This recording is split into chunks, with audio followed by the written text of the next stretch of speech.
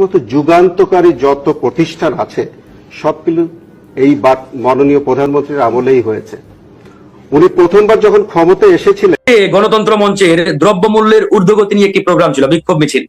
সেই বিক্ষোভ মিছিলে আপনাদের লাঠিয়াল বাহিনী, আওয়ামী পুলিশ বাহিনী সরকারের নানা অনিয়ম, দুর্নীতি এবং দেশের নানা সমস্যা ও এর সম্ভাব্য সমাধান নিয়ে। আসসালামু আলাইকুম, আমি আপনাদের কাছে দেখাবো দ্বাদশ নির্বাচনকে কেন্দ্র করে এবার নতুন বার্তা দিলেন বিএনপি, যা জানলে আপনারা অবাক হয়ে যাবেন। আর এইদিকে এবার মুখ খুললেন সেনাবাহিনী। তো আজকের এই ভিডিওগুলো অত্যন্ত গুরুত্বপূর্ণ, তবে আশা করবো যে আপনারা এই সম্পূর্ণ ভিডিওটি দেখবেন, আর এই সম্পূর্ণ ভিডিওটি দেখলেই বিস্তারিত জানতে পারবেন। আর এই ভিডিওগুলো দেখানোর আগে আপনাদের কাছে আমার ছোট্ট একটি রিকোয়েস্ট, আপনাদের নাম চ্যানেলে নতুন হয়ে থাকেন তাহলে মৃত্যুর আপডেট নিউজ সবার আগে পেতে আমার এই চ্যানেলটি সাবস্ক্রাইব করে আমার সাথেই থাকুন। আর এখন চলুন কথা না বাড়িয়ে আমরা এক এক করে ভিডিওগুলো দেখে আসি। গণতন্ত্র মঞ্চের দ্রব্যমূল্যের ঊর্ধ্বগতি নিয়ে একটি প্রোগ্রাম ছিল, বিক্ষোভ মিছিল। সেই বিক্ষোভ মিছিলে আপনাদের লাঠিয়াল বাহিনী, আওয়ামী পুলিশ বাহিনী নারকীয় তাণ্ডব চালিয়ে অসংখ্য মানুষকে আহত করেছে। এই যে খবর, পেপার, পত্রিকা সব জায়গায় আসছে। পরশুদিন 12 দলীয় জোটের মিছিল ছিল, সেখানে হামলা চালিয়েছে। তার আগের দিন আমরা ভারতীয় পণ্য বয়কটের ডাকে একটা মিছিল করতাম। মিছিল শুরু করব, সাথে সাথে পুলিশের অ্যাকশন, সামনে এসে আমাদের বাধা। কেন? ভারতের বিরুদ্ধে রাজপথে কোনো প্রোগ্রাম করা যাবে না। আরে ভাই, দেশটাকে ভারত চালাচ্ছে। আমার সাংবিধানিক অধিকার, নাগরিক অধিকার, আমি ভারতের পণ্য বয়কটের ডাকে আন্দোলন করব, সংগ্রাম করব। হ্যাঁ, আপনি প্রশ্ন করতে পারেন, বলতে পারেন যে আপনারা জনদুর্ভোগ কোনো কর্মসূচি করবেন না, গাড়ি ঘোড়া বন্ধ করবেন না, ভাঙচুর করবেন না। ওকে, ফাইন। আমাদের কোনো কর্মসূচিতে গাড়ি ভাঙচুর হয় না, জনগণের দুর্ভোগ হয় না, আমরা রাস্তা ব্লক করি না। তাহলে কেন আপনি আমার প্রোগ্রামে বাধা দিবেন? আমি এই কথা আসতেছি ভাই, আমাকে আর এক মিনিট বলতে দেন, আমি আসতেছি। না, প্রশ্ন করলাম।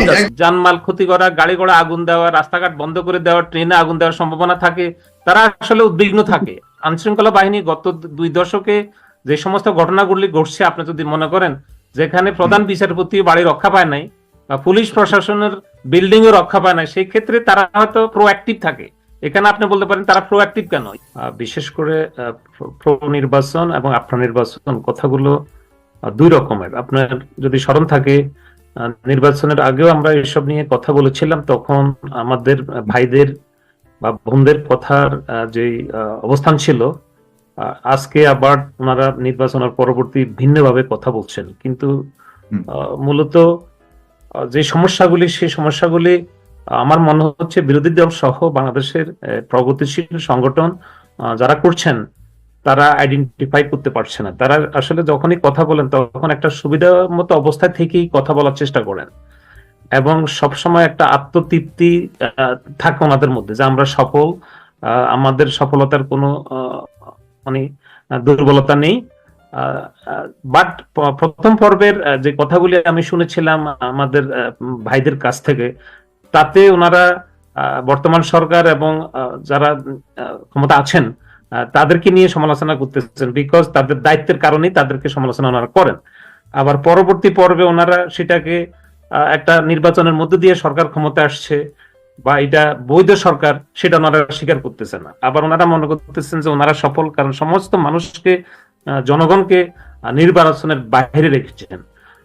এটা আসলে মানুষ যখন আপনার কোন একটা সিদ্ধান্তে উপনীত না হইতে পারে, তখন তাদের কিন্তু আসলে উপায় থাকে না। তারা সমস্ত দিক থেকেই কথা বলে, আদর্শিক জায়গা থেকে চলে গিয়ে তারা শুধু নিজের অবস্থানকে সঠিক রাখার জন্য, গায়ের জোর দেখানোর জন্য অথবা কথা বলার জন্য অনেক কথা বলেন। কিন্তু দেশ যারা পরিচালনা করেন তারা জানেন তারা কতটুকু মানে কষ্টের এবং কতগুলো চ্যালেঞ্জের মধ্য দিয়ে যাচ্ছে। সরকারের নানা অনিয়ম, দুর্নীতি এবং দেশের নানা সমস্যা ও এর সম্ভাব্য সমাধান নিয়ে সেক্টর ভিত্তিক 10 দফা পরিকল্পনা প্রণয়ন করেছে বিএনপি। এই পরিকল্পনা বাস্তবায়ন করবে হাইকমান্ড। এ নিয়ে বিএনপির মিডিয়া সেলের সঙ্গে গত শনিবার এক ভার্চুয়ালি বৈঠক অনুষ্ঠিত হয়েছে। ওই বৈঠকে রাষ্ট্র মেরামতের রূপরেখা 31 দফাকে নতুন করে সামনে আনা হয়েছে। গণমাধ্যমের প্রতিবেদন এবং সংশ্লিষ্ট সূত্র থেকে এসব তথ্য জানা গেছে। নির্ভরযোগ্য সূত্র এবং বিএনপি বলছে, আন্দোলন ও দ্বাদশ সংসদ নির্বাচন ইস্যুতে বিএনপির অবস্থান নিয়ে অপপ্রচার চালাচ্ছে সরকার ও সরকারি দল আওয়ামী লীগ। আন্দোলন ঘিরে দেশে বিদেশে বিএনপিকে সন্ত্রাসী দল হিসেবে চিহ্নিত করার অপচেষ্টা চালানো হচ্ছে। মুক্তিযুদ্ধে বিএনপির প্রতিষ্ঠাতা প্রয়াত রাষ্ট্রপতি জিয়াউর রহমানের অবদান নিয়েও সরকার নানা অপপ্রচার চালাচ্ছে। এ নিয়ে দলের পক্ষ থেকে বিভিন্ন সময় পাল্টা জবাব দেওয়া হলেও সেটিকে যথেষ্ট মনে করছেন না হাইকমান্ড। তাই ফেসবুক, টুইটার, টকশো, ব্লগ সহ অনলাইন ও অফলাইন সব প্ল্যাটফর্মকে ব্যবহার করে দেশবাসীর কাছে সঠিক তথ্য ও দলের অবস্থান তুলে ধরার সিদ্ধান্ত নেওয়া হয়েছে। জানা যায়, সরকারের অপপ্রচারের বিরুদ্ধে সরব হওয়ার পাশাপাশি তাদের নানা অনিয়ম, দুর্নীতি ও লুটপাটের বিষয়গুলো দেশবাসীর সামনে জোরালোভাবে তুলে ধরার সিদ্ধান্ত নিয়েছে বিএনপি। এক্ষেত্রে ব্যাংক, বিদ্যুৎ সহ 10টি সেক্টরকে চিহ্নিত করেছে দলটি। এসব সেক্টরের দুর্নীতি, অনিয়মের চিত্র পুঙ্খানুপুঙ্খভাবে তুলে ধরতে মিডিয়া সেলের সদস্যদের দায়িত্ব ভাগ করে দেওয়া হয়েছে। তারা এ নিয়ে কাজও করছেন।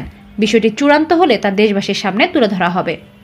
এ উদ্যোগ সরকারের বিরুদ্ধে জনমত গঠনে সহায়ক হবে বলে মনে করছে বিএনপি।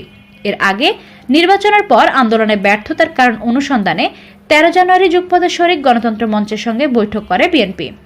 সেখানে বিএনপি আগামীতে রাষ্ট্রীয় ক্ষমতায় গেলে মানুষের জন্য কি করবে, তাদের কর্মপরিকল্পনা কি হবে, সেই বিষয়গুলো তুলে ধরতে 31 দফাকে নতুন করে ব্র্যান্ডিং করার সিদ্ধান্ত নেওয়া হয়। বিএনপির মিডিয়া সেলের সদস্য সচিব ও দলের প্রচার সম্পাদক শহীউদ্দিন চৌধুরী অ্যানি গণমাধ্যমকে বলেন, বর্তমানে আমাদের নেতাকর্মীদের মধ্যে যারা টকশোতে যাচ্ছেন তারা যেন সেখানে এসব বিষয়ে সঠিক তথ্য উপস্থাপন করতে পারে এবং প্রস্তুতি নিয়ে যান, তা নিয়ে দলের মিডিয়া সেল বিশেষ উদ্যোগ গ্রহণ করেছে। তো আমি আশা করছি যে আপনারা সম্পূর্ণ ভিডিওটি দেখেছেন। আপনাদের যদি বৃষ্টি নিয়ে কোনো মতামত থাকে আমাকে অবশ্যই কমেন্টে জানাবেন। আর আপনারা যদি চ্যানেলে নতুন হয়ে থাকেন তাহলে আমার এই চ্যানেলটি সাবস্ক্রাইব করে আমার সাথেই থাকুন। তো দেখা হচ্ছে পরবর্তী ভিডিওতে। সে পর্যন্ত সবাই ভালো থাকবেন, সুস্থ থাকবেন। আল্লাহ হাফেজ।